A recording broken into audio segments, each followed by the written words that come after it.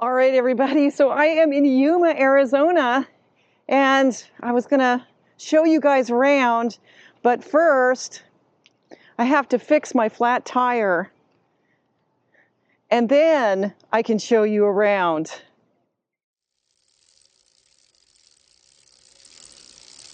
Come on, Myrtle. Let's go.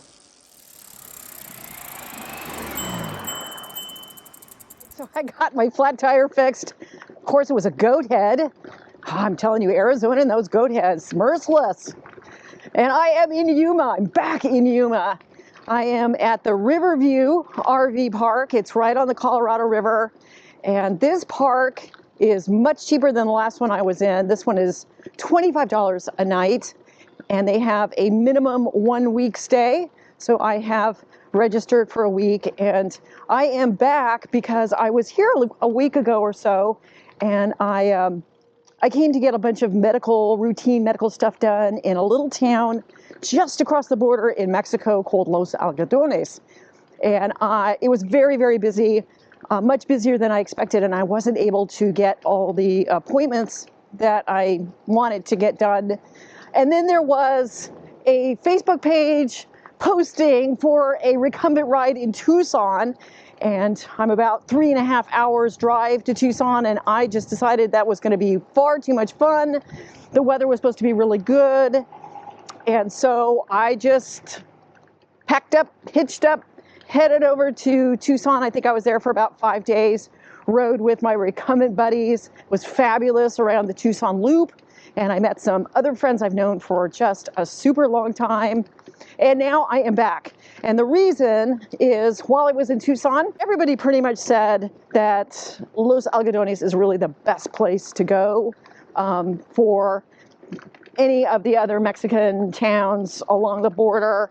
And they really encouraged me just to come back to Yuma and get whatever I needed done. And so I've made all my appointments, and I've even gotten an appointment for my second vaccination. So I'm going to have all this done. And today I wanted to do a video. It's a video I've wanted to do for a really long time, talking about the difference from living a car-free life, which I did for about 13, 15 years, to now living an RV lifestyle. You know, I was traveling pretty much around the world on my Trike solo for 13 years. And every year I would go ride somewhere in the world for about 6 months. And you can see videos from my tour in Colombia and Mexico on my YouTube channel. And then I also have a blog that goes back all 13 years, and there's maps and pictures, and it's very, very extensive. And then just over a year ago, the Trike manufacturer, HP Velotechnic, offered me an electric assist system. And I said that would be great. I had planned on being in Costa Rica, Panama, Ecuador, and Colombia. And it suddenly occurred to me that with the batteries for the electric assist, this meant I was going to have to change my plans. And so I decided to do a tour down the Pacific coast from Portland to Berkeley, where a cousin was having a big Thanksgiving celebration. And since this was so late in the year, it was too cold to camp, even though there's fabulous camping all along this route. And when I got to Berkeley, I was joking around, kind of complaining about how much money I spent on hotels, and that I could have been making payments on an RV. And, you know, I made this joke a few times, and the reaction was always the same. Everybody said, Sylvia, that's amazing. That's a fantastic idea. Some friends just said, Sylvia, why are you waiting? Just get yourself an RV. And I was like, it's not even something I was considering. And so it was kind of a surprise, this reaction. And it turns out that I know a lot of people that ride trikes and also know a lot about RVs. And so like within a month, I had my truck and trailer. And I have fantastic friends who helped educate me, guide me, teach me how to hitch and unhitch. I mean, Dave and Lonnie and Paul, Gary and Trey. I mean, my gosh, these were just, I mean, I don't know how I could have done it without them. And so, you know, this has been an enormous, enormous change for me. And certainly one of my biggest fears was it was going to be too much. Like, it was too much to learn. It was too much to take on at one time. And probably one of the biggest surprises is I haven't done anything stupid. You know, I thought for sure by now I would have crashed the whole thing and totaled it, and that would have been the end of that. Let me just kind of get my trike out of the road here, and then I'm going to go inside and show you guys around. But you know, I had really planned on being in Central and South America, and just a couple of months after buying this trailer and truck, COVID hit. And I really cannot imagine what it would have been like to be in, like, say, Ecuador with COVID. And with this truck and trailer, you know, I've had complete control over my environment. Cooking, you know, the bathroom, got a very comfortable place to stay, and it's been very, very safe. And so, you know, it's kind of a funny thing, but it's almost like buying this trailer was prophetic. All right, so let me show you around my trailer. So this is a Northwood Nash 17K. It's 17 feet of living space. The trailer, tip to tongue, is 22 feet. And you can see there's a bed, got a lot of cabinets. These are all empty. I've got my keyboard, my piano keyboard, full 88 keys. And I've got the kitchen, 3-burner stove. There's an oven with a broiler. Got a microwave up here, double sink. And then here's the refrigerator. You can see it's got a lot of food in it, full freezer, plenty of room for whatever food I want to carry with me. And this refrigerator works on propane and electricity. So when I'm traveling with the truck, I switch it to propane. And then, like now, I have electricity, so I switch it back. And then here's some cabinets. Plenty of room for everything, plus clothes up on top. Nice dinette. And then back here is kind of like my junk area. I've got a lot of electronics, my piano music, a lot of the photography stuff. It's where I put my avocados to get ripened up. And then let me show you the bathroom. So I have a full shower, you know, with a door I can close, and toilet sink. And then I've never been able to figure out how to keep this door shut, even though I put some Velcro strips here. The door just seems like whatever's in there pushes on the door when I'm rolling. And so I just keep everything down here in this bag. And then this is my toiletry bag. This is actually the bag I use when I'm bike touring. And so you can see that everything is perfectly comfortable. And, you know, I got to say that one of the things that I am most surprised by with this trailer is just how comfortable I am in such a small space. 17 feet of living space really doesn't seem like very much, but I'm finding it kind of to be like a little nest, and I'm very, very comfortable here. You know, and the other thing that's fabulous is when I'm traveling, maybe I've got to go on a freeway for, you know, a few hours, I can pull over and I have a bathroom. Or if I need a snack, maybe I'm feeling like I could lay down and take a rest, and I have everything with me, and it's really feels quite luxurious to me. So some of the biggest differences that I'm experiencing from being car-free, touring around the world, which I did for 13 years, to now living in an RV is actually the way I think about traveling.